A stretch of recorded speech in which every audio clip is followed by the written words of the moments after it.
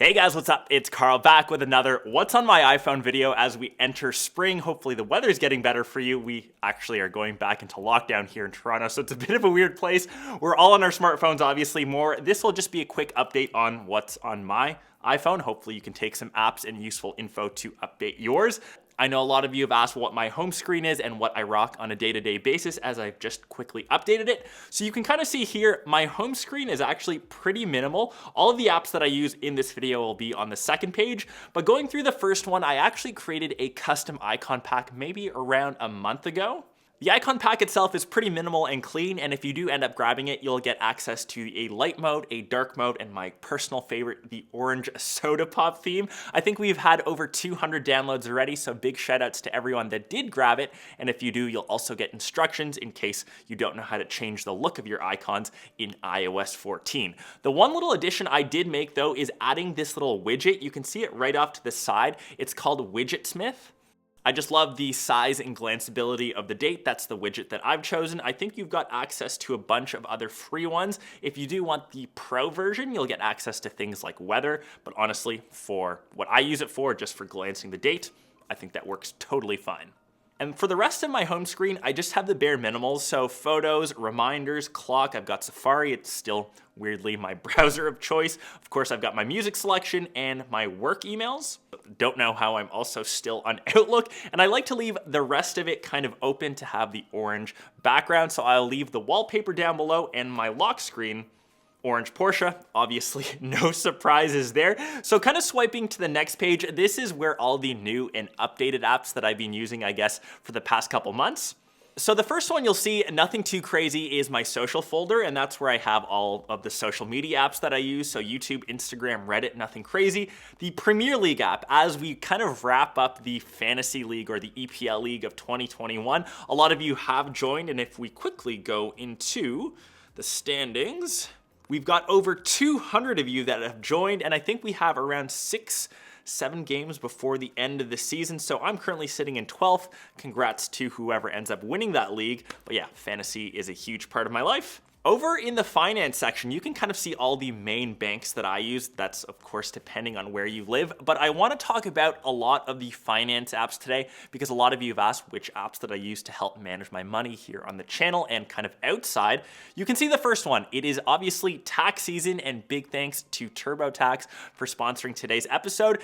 I know that we're kind of approaching the tax deadline, and this is one of the first years that I'm doing it all myself, and it is completely free through TurboTax.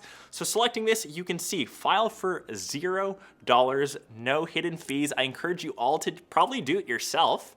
And as you go through each of the questions, it's simple because you can go all through the mobile app, and if you want, you can stop and kind of switch to your computer, to your desktop, to your laptop. You can kind of switch between both. There's over 400 credit reductions, and I know this year has been a bit wonky with COVID. Some people got extra relief funds, some people got extra checks from the government. So you'll kind of walk through all of that through TurboTax, and it makes it a lot simpler and a lot easier to manage.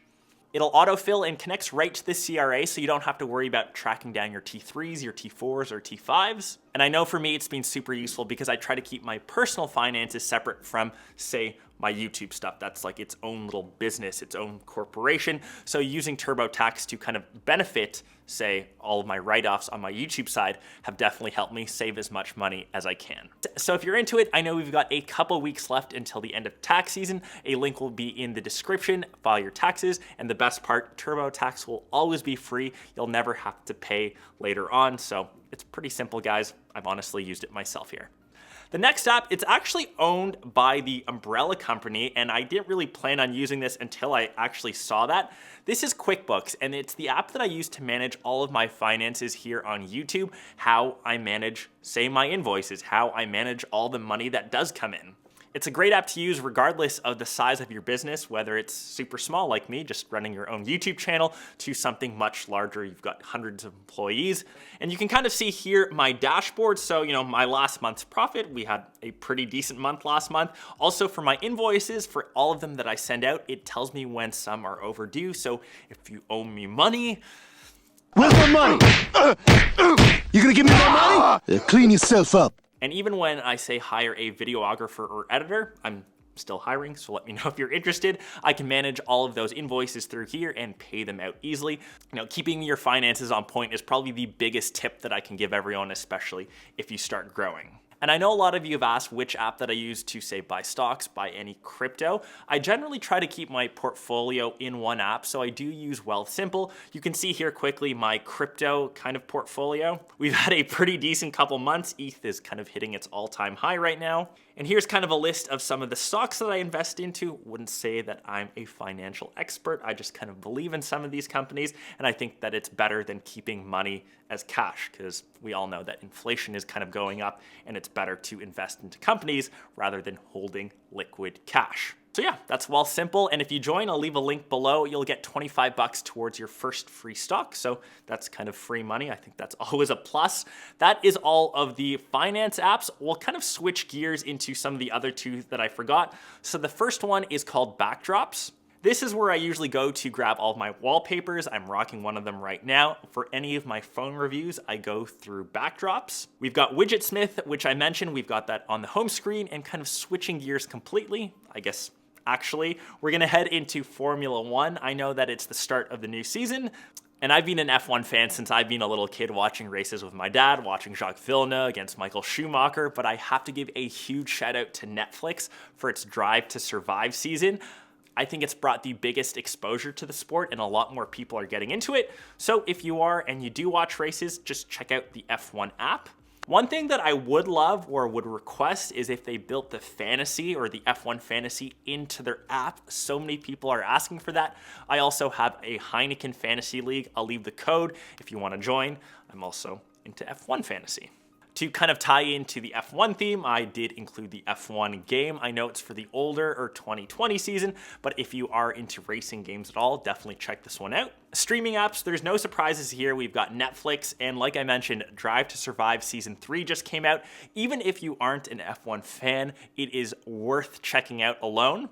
Other than that, I feel like I've just crushed pretty much everything on Netflix, so if any of you have any show recommendations, let me know. Over on the Prime Video side, I am trying to finish off Yellowstone. Switching on over to the next app, which I didn't think would ever feature on an episode, but I am giving it a lot more love. It's been out forever. It's actually Pinterest. A lot of my time recently is actually focusing on this ultra top secret project that I'm kind of devoting a lot of time on. You can kind of see the hints through all of my pins, but just getting ideas on Pinterest is always a great idea, especially if you're just in the planning or designing phases.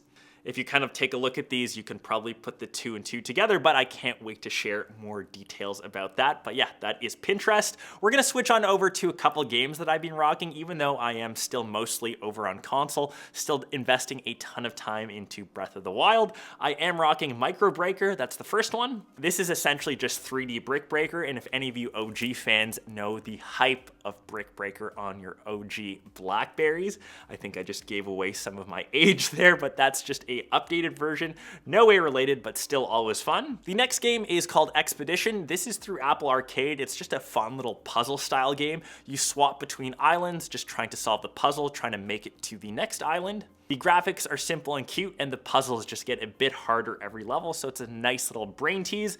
The next one, I don't know why I downloaded this. It's called Dadish 2. You are a radish and a dad. So this is essentially a basic platformer. You are a radish that hops up and down, and you are trying to rescue your kid radishes. I need to focus on the game. It was one of those apps that was strangely recommended in the App Store. I downloaded and have sadly spent a couple hours playing. The very last app on the list, I'm gonna kind of end off on my guilty pleasure. I think we all have these in our app list. I am a sucker for McDonald's. You can kind of see here my previous orders. I had a Happy Meal and a spicy habanero chicken sandwich. I usually just go through what is on the offer list or what coupons are available, so just no judging for my guilty pleasure. If you guys have any other fast food suggestions or where I can kind of kick that weird addiction, please let me know. But those are all of the apps that I'm currently rocking on my iPhone. Hopefully you found some of those useful. I know we focused a lot on finance apps, but just because we're in tax season and a lot of you have asked what I usually use to manage all of the finances here, both personally and on my YouTube channel, But yeah, hopefully this video was a bit useful. If you have any other questions, not only around, say, apps, you can leave suggestions, but finance questions, even though I'm not really an expert, I can try to help you guys down below in the comments. Hopefully you guys enjoyed this episode. Big thanks again to TurboTax for sponsoring this episode. Fill out your taxes, and yeah, I'll catch the rest of you in one of my next episodes. Peace.